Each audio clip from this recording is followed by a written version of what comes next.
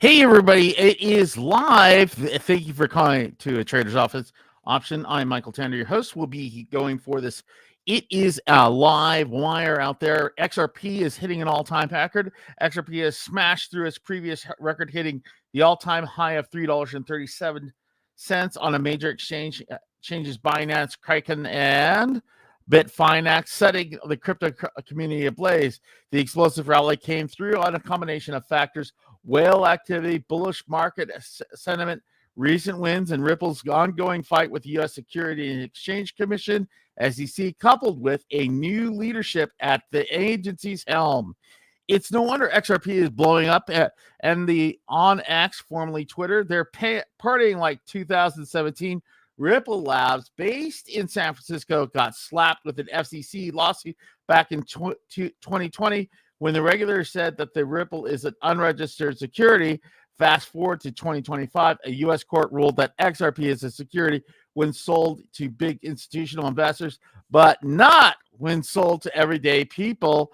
The split decision made the massive W for the crypto crowd. The SEC has made attempts to appeal, however, with a Trump-backed pro-crypto SEC chair stepping in, who knows that an appeal will even get off the ground. Ripple CEO Brad Garlinghouse took to X and said that Trump's administration moves are going forward to a serious glow up. He is even threw out the phrase "the Trump effect," which is already making crypto great again. Now, the crypto-friendly SEC could mean green lights for the wave of new crypto ETFs. Brad said an XRP ETF isn't a matter of if, it's a matter of when. With new institutional money pouring into crypto, the train's already leaving the station. Speaking about that, the train is definitely leaving the station. It has left today with Bitcoin at the 101 mark, 101K and 778. It is not at the highest, but everything looks in the green candles as we look at CoinGecko. If you want to take a look, go look at CoinGecko right now, and you're going to see something that's going to be kind of exciting. Anyway, a pro lawyer, in other news, a pro lawyer flags hyper surveillance of crypto taxpayers. With the crypto tax scene changing, a TAOP attorney has called out the unfair discrepancy in expecting disclosures for digital assets investors. Pro-digital currency attorney Meta Lawman has called out the unfair surveillance of Americans with crypto tax obligations moving forward. Considering the American tax filing system changes, Meta Lawman said he had to flag some clauses for the 50 million crypto holders. Changes on the crypto tax new filing forms and system. According to Meta Lawman, the IRS Form 1040 poses a question at the top of the page under the filing status. The question reads, at any time during 2024, did you A, receive, award, or payment for property or services, or B, sell, exchange, or otherwise dispose of digital asset or financial interest in digital assets? While the question is presumably to uncover whether or not the tax filers realized crypto gains, the inquiry is not generalized. It noted that the mainstream tax filers dealing with gold, silver, stock, or real estate are not asked similar questions. So if you go to X and you go to Meta Lawman, time to stop hyper surveillance of digital law asset holders in the U.S. What do I mean? IRS Form 1040 poses the questions near the top of the page, one right under filing status. So he's talking about that. So you can go see his stuff on X at Meta Lawman. So the controversial IRS position. One second. The surveillance flag stems from an earlier controversy regarding DeFi broker tax rules. The Internal Revenue Service (IRS) rolled into December. Per the new rules, crypto exchanges, including DeFi platform, were mandated to report users' transactions to the regulators. The demand, especially from decentralized exchange standpoint, forced DeFi Education Fund to sue the IRS. This lawsuit has attracted support from members of the digital currency ecosystem, many calling for its repeal. The controversy stance of the U.S. IRS and Treasury Department also span staking services. The market's regulator unveiled plans to tax proceeds from crypto staking last year, under another controversial move. So it's about bringing clarity and fairness in the tax system. In a bid to correct the crypto tax surveillance of crypto investors, all eyes are on the U.S. Treasury, and changes might be introduced under the President Donald Trump. Trump has already nominated Scott Bessent to lead the Treasury Department. Scott Bessent is pro-crypto, and many are expecting crucial changes, including a potential repeal of the SAB 120 accounting rules and bringing clarity on the tax-related affairs. Okay, we're having a little bit of slippage in our verbiage today, but there are a lot of really hot news things out there, and I was just getting through them just about an hour before the show. For example, Phantom Crypto Wallet raises $150 million in Series C at the $3 billion evaluation. Phantom said the $150 million round accelerates Phantom's mission to become the world's biggest consumer finance platform. So the digital asset wallet Phantom, by the way, there's something that used to be Phantom. It's called Sonic now. It's doing incredibly well. You should go check that out.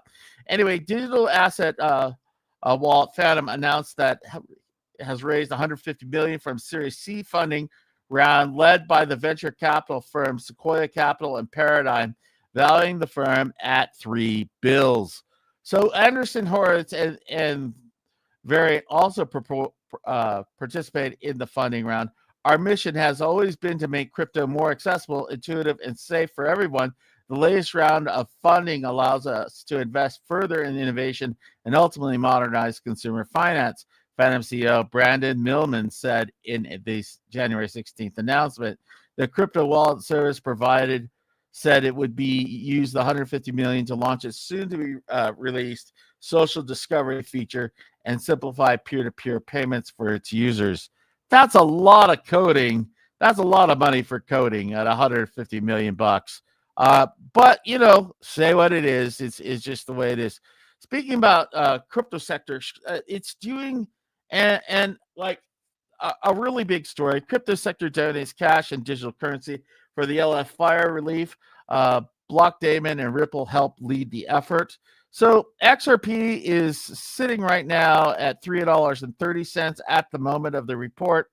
So and it's up 7.51% in the past 24. So anyway, as a hub for technology, many crypto companies called California home, faced with ongoing XRP through the Giving Block charity to World Central Kitchen, a charity provide fresh meals to responders and evacuees and give directly, a charity that sends money directly to those living in poverty, according to the company.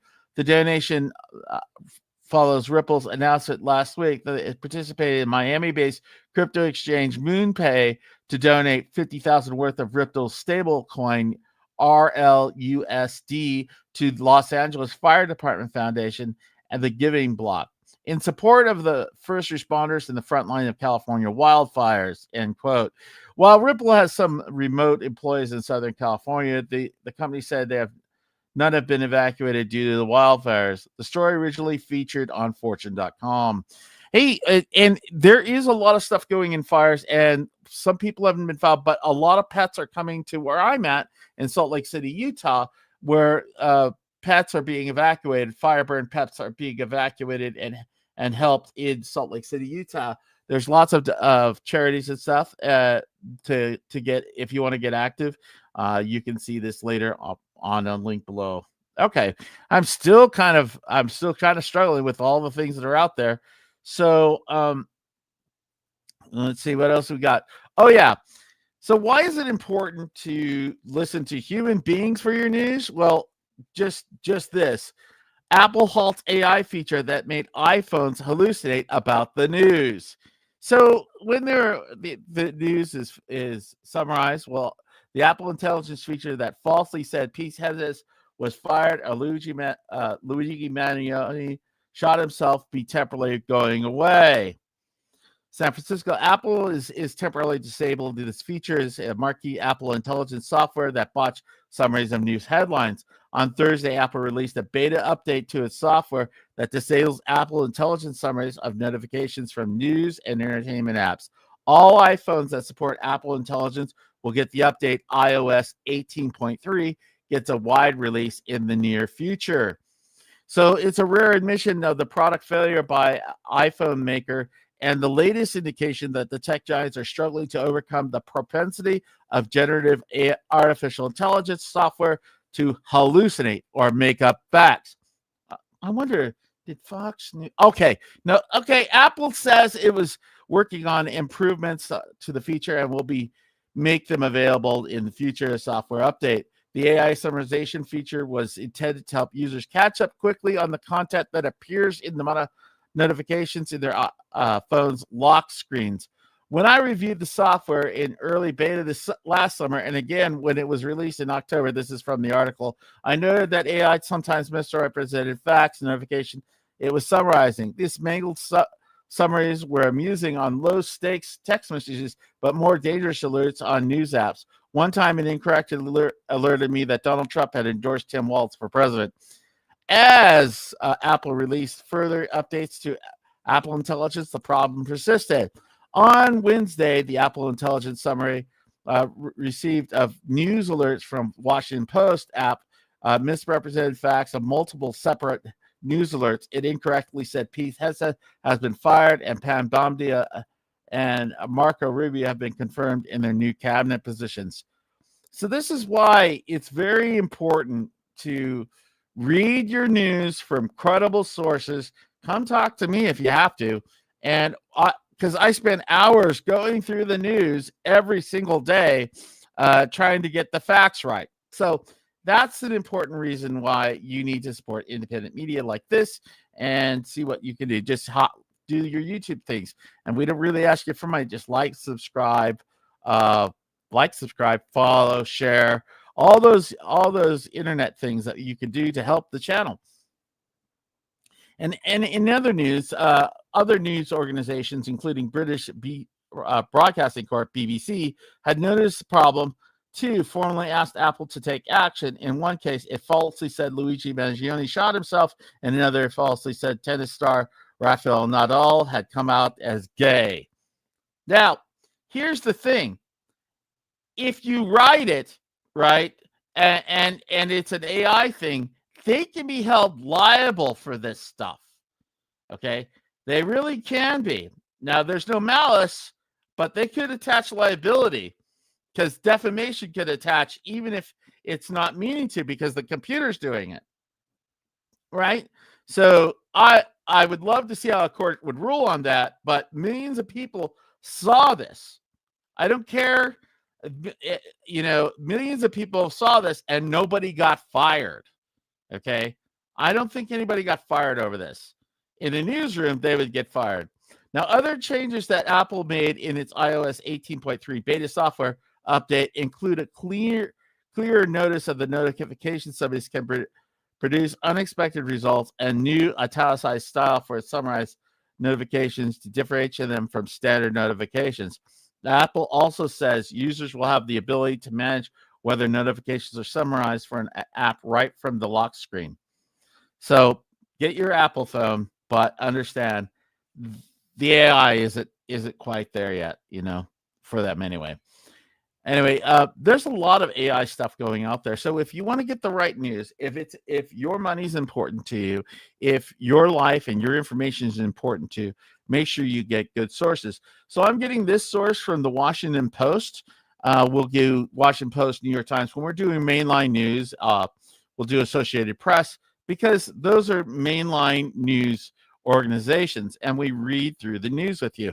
If you need to spend some time and understand what's going on, love to have you come and talk to us online. Leave a comment and a note behind, and we in the chat.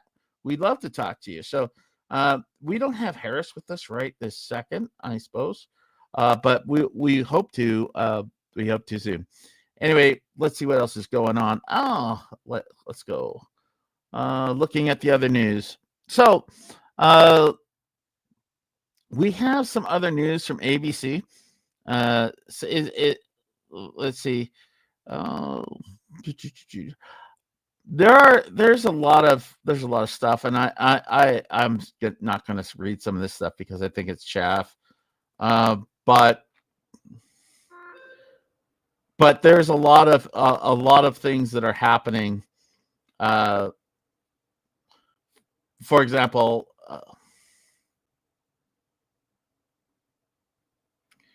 so allegedly intoxicated Southwest Airlines pilot arrested at an airport ahead of the flight. Well, why is being drunk so bad? We're the guy, like. So a Southwest Airlines pilot was arrested this week for allegedly reporting to work at a Georgia airport intoxicated, causing his Chicago-bound flight to be delayed for hours.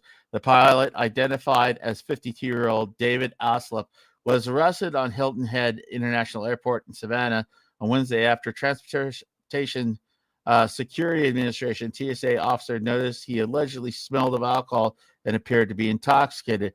The agency said in a statement to ABC News. Southwest Airlines confirmed that the pilot had been removed from duty and apologized to customers whose travel plans were disrupted. There are so many stories, and there's so little time during a day.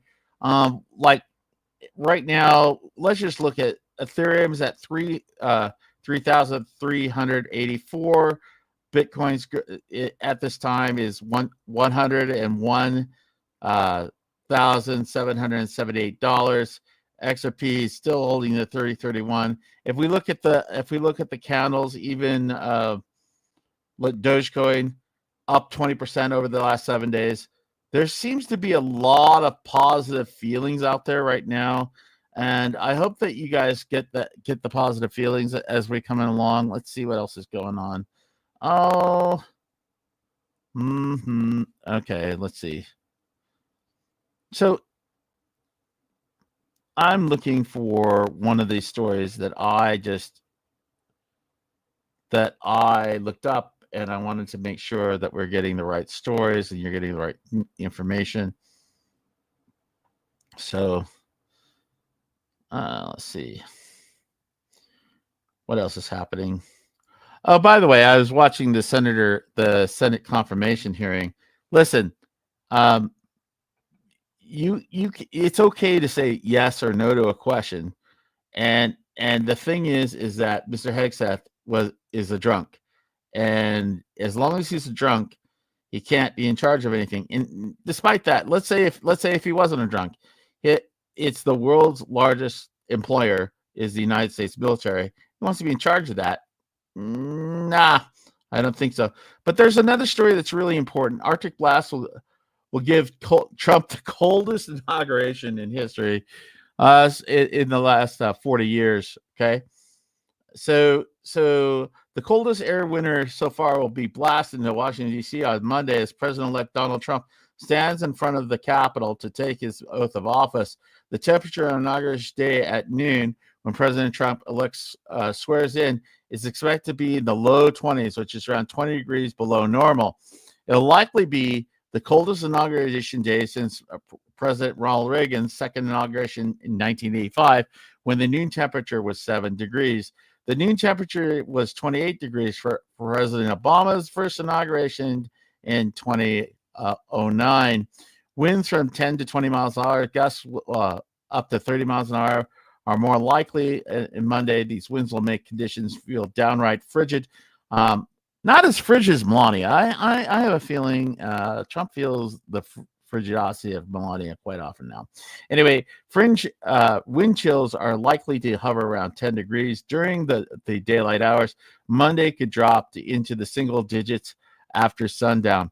A mix of rain and snow is possible Sunday ahead of the main event, but Monday looks to be cold, windy, but dry. Okay. All right. Anyway, so this seems to be there's so much stuff out there. I can't even believe how much stuff is happening.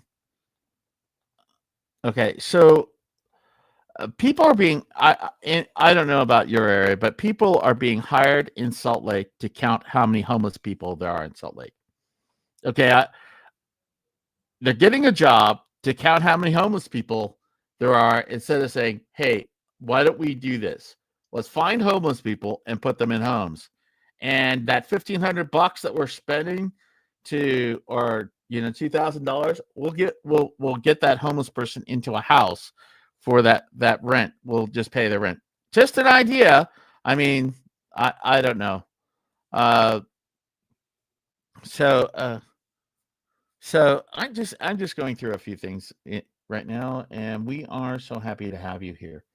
Let's see what else is going on crypto news right now. So, there was something on CoinGate. We would love to get you guys a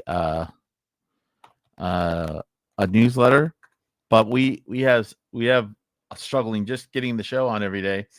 Let's see. Let's see. What's in Ethereum news? So on Ethereum, right? Ethereum developers agree on Petra upgrade launch timeline. So there's Ethereum developers have set an early mid-March March for the launch of Petra upgrade. Key dates to watch for include February 3rd, 12th, and 19th. The Ethereum L2 ecosystem will be the biggest beneficiary of these upgrades. On January 16th, Ethereum developers had the 2003 All Core Developers Execution ACDE call with the Petra upgrade in focus. At the meeting, the ETH developers finalized the timeline for the upgrade launch following months of active deliberations. A Galaxy research executive, Christine Kim, shared the call with summary with the community. Ethereum Petra upgrade when launch. Okay, so the developers agreed to launch the upgrade early in mid-March. They also agreed that the new set of schedules, including January 20th or 30th, 10 days slack for the next ACDE calls. At the meeting, the block numbers of the upgrade of the exact date and time will be agreed upon. Let's see. The developers must decide the new client's release for the Petra upgrade on February 3rd. Sapolia fork will occur on February 12th. Lidsky will fall 7 days later. As noted, the mainnet fork will come early to mid-March. However, this depends on whether or nothing derails the plan. And as a software developer, I'm going to tell you something's going to derail the plan. These are all things that you tell people. You say, okay, I'm going to have this out. Let's say, okay, I know I can do it in a week, so let's do it. I'm going to set this out like at least a couple months, okay? And I want to keep my runway going. I mean, I need to get a check every week, and people need to get paid. So I'm just going to put the money out there, and plus I got to do testing and everything else. So I'm just going to tell you, these guys are going to come up with something that gets in the software developers' way, and that's the kind of the way it works. Anyway, well, tonight has been a great night to be with everybody, and I just want to say thank you for everybody that joins with us. It is 24 minutes of joy with me, about 30. If you ever need something or you're looking for a little bit of help and a little bit of things, you can reach us at a traders. Like, go to the comments below, right? You can read us at a trader's option. There's lots of traders that go on in the morning, and you can read to tcbarter.com. And if you're looking to know how to stake something or how to make a farm work or whatever, we do kind of a class every morning, 8 a.m. Mountain Standard Time. We do 8 p.m. Sunday through Thursday. So you guys go have a good weekend.